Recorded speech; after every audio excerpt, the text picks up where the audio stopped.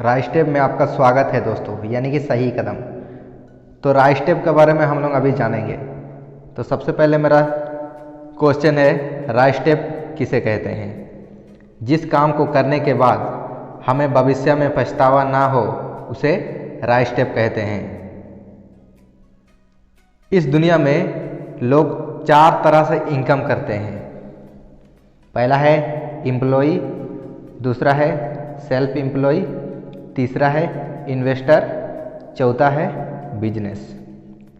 तो सबसे पहले हम बात करेंगे एम्प्लॉय किसे कहते हैं। जो इंसान अपने समय को दूसरे के पास बेचकर पैसा इनकम करता है उसे एम्प्लॉय कहते हैं।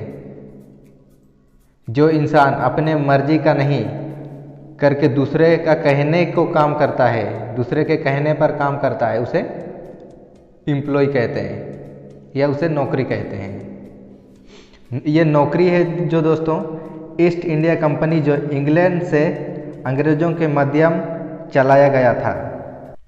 शुरुआती दौर में लोग कोई भी नौकरी करना नहीं चाहता था। उस समय ये नौकरी आसानी से मिलता था। उस समय लोग खेती में अधिक विश्वास करता था, इसीलिए लोग नौकरी करना पसंद नहीं करता था। आज नौकरी प्रतियोगिता यानी कि कंपटीशन दौर में हो गया। आज लोग पूरा भारत में नौकरी की तलाश में है। नौकरी इतनी कंपटीशन हो गई कि मिलना असंभव है।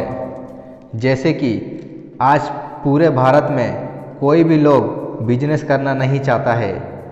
हर कोई नौकरी की तलाश में है, क्योंकि ये बिजनेस शुरुआती दौर में है। पहले नौकरी जब शुरुआती दौर में था तो कोई भी इंसान नौकरी करना नहीं चाहता था। आज बिजनेस यानी कि डायरेक्ट सेलिंग को पसंद नहीं करता है, क्योंकि आज शुरुआती दौर में है। आने वाला समय में प्रतियोगिता यानी कि कंपटीशन दौर में होगा। शुरुआती दौर में मौका को पहचानिए और काम को स्टार्ट कीजिए। दोस्तों, आप लोगों को एक बात बताने चाहेंगे, इंडिया में एक ही कैंडिडेट में पढ़ाई होता है और विदेश में 2 कैंडिडेट में पढ़ाई होता है। वो कैसे, हम आपको बताते हैं। इंडिया में ई कैंडिडेट यानी कि एम्प्लॉय के लिए सिर्फ पढ़ाई होता है, यानी कि नौकरी करने के लिए सिर्फ पढ़ाई होता है। और विदेश में ई कैंडिडेट एम्प्लॉय के लिए होता है और बी कैंडिडेट बिजनेस के लिए होता है पढ़ाई। इंडिया में नौकरी करने के लिए 3 चीज़ जरूरी नहीं दोस्तों, मजबूरी है। पहला चीज़ है एजुकेशन, दूसरा है रिलेशन, तीसरा है डोनेशन। अगर ये 3 चीज़ आपके पास है तो आप नौकरी कर सकते हैं, नहीं है तो आप नौकरी नहीं कर सकते हैं।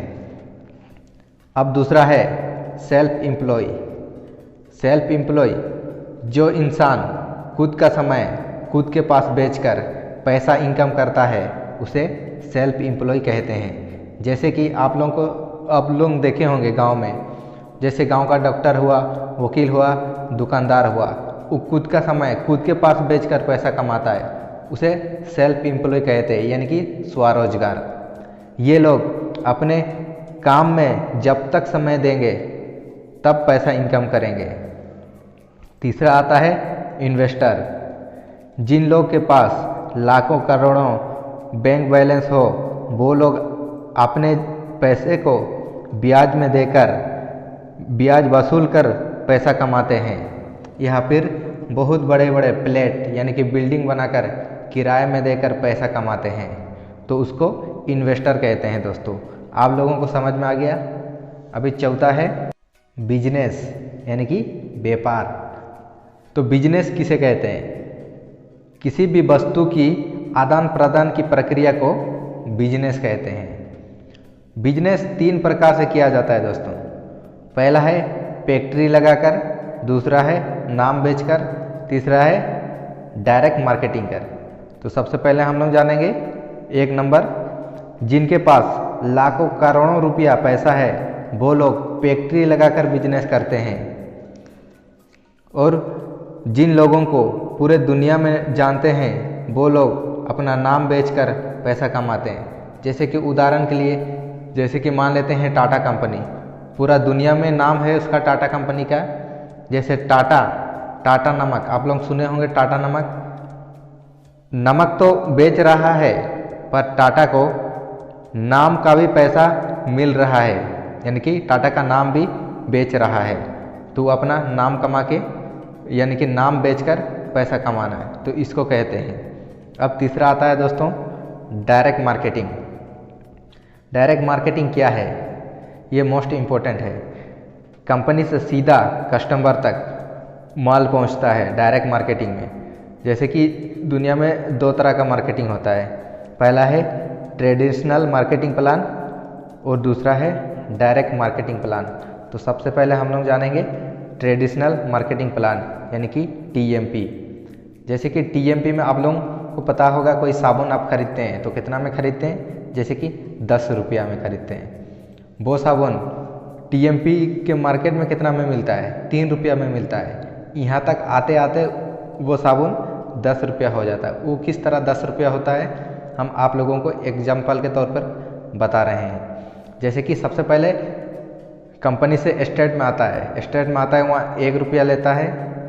उसके बाद डिस्ट्रिक्ट में आता है, डिस्ट्रिक्ट वाला 1 रुपया ले लेता है। उसके बाद होलसेल में आता है, होलसेल वाला 2 रुपया लेता है। उसके बाद सेल टीम में पहुंचता है, सेल टीम 1 रुपया लेता है। उसके बाद एडवर्टाइज, एडवर्टाइज में जैसे कि आपको साबुन कैसे पता चलता है, कोई जैसे कि हीरो हीरोइन लोग ऐड करते हैं उस साबुन के बारे में, वो भी तो कमीशन लेता है, उसके लिए 1 रुपया कटता है। उसके बाद रिटेल, रिटेल 1 रुपया लेता है। उसके बाद हम लोग यानी कि कस्टमर, यानी कि कास्ट कर मारो, ऐसे जैसे कस्टमर तक पहुंचते तो साबुन कितना हो जाता है? 10 रुपया हो जाता है।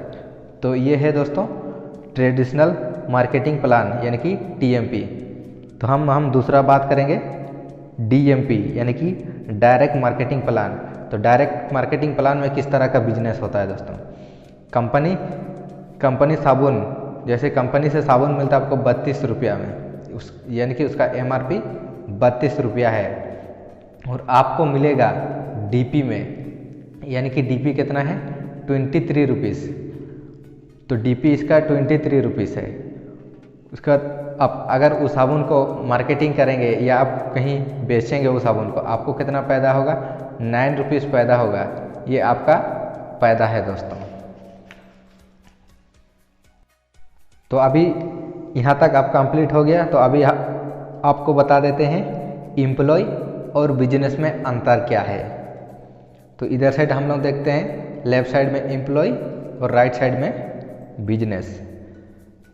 तो सबसे पहला है, ये लोग लीनियर इनकम कमाते हैं, एम्प्लॉय लोग लीनियर इनकम कमाते हैं, और बिजनेस में ये लोग लेवरेज इनकम कमाते हैं। और इधर साइड है, ये लोग अकेले मेहनत करते हैं और ये लोग टीम वर्क में मेहनत करते हैं। और ये लोग प्रेजेंट के लिए काम करते हैं और ये लोग फ्यूचर के लिए काम करते हैं। ये लोग का सोच छोटा होता है, जो एम्प्लॉय होता है ना, वो लोग का सोच छोटा होता है और ये लोग का सोच बड़ा होता है। बिजनेसमैन का सोच हमेशा बड़ा होता है।